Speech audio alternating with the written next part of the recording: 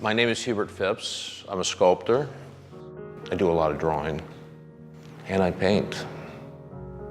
I work in clay when I'm doing my sculpture. I work in metal. These are paint pigment drawings. Drawing plays a huge role in what I do. It usually starts in the sketchbook. Most all my projects start out as a drawing. When I was first introduced to Hubert's black and white drawings, I was absolutely dumbfounded. I've never seen anything quite like them. They have, in my mind, a kind of spiritual mix. There's an energy as if smoke was coming up from a small fire, but the smoke turns into a kind of cubist composition. I keep sketchbooks. The sketches in and of themselves stay in the sketchbook. A lot of times I'm not sure what it is that I'm sketching, and I let the drawing develop itself. I'll start identifying some forms, I'll start identifying some proportions, and those sketches will speak to me, whether they want to be a drawing, whether they want to be a sculpture, or whether they want to be a painting. The luxury and the magic of two-dimensional work of the sketches is that you can work completely in the illusionary world.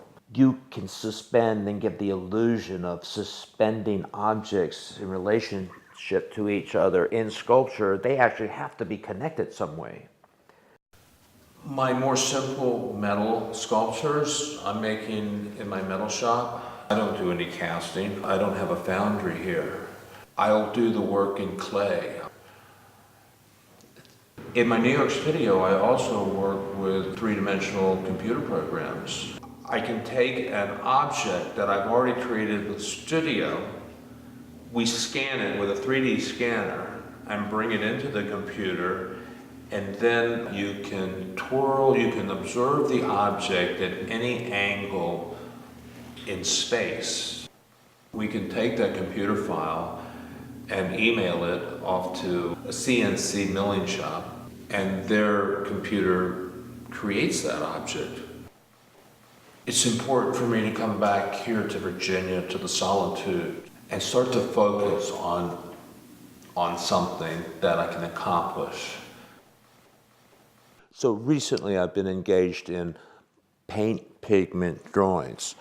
I discovered that just the pure paint powder applied with my hands has a marvelous quality. I started my first one in the dead of night and in total darkness.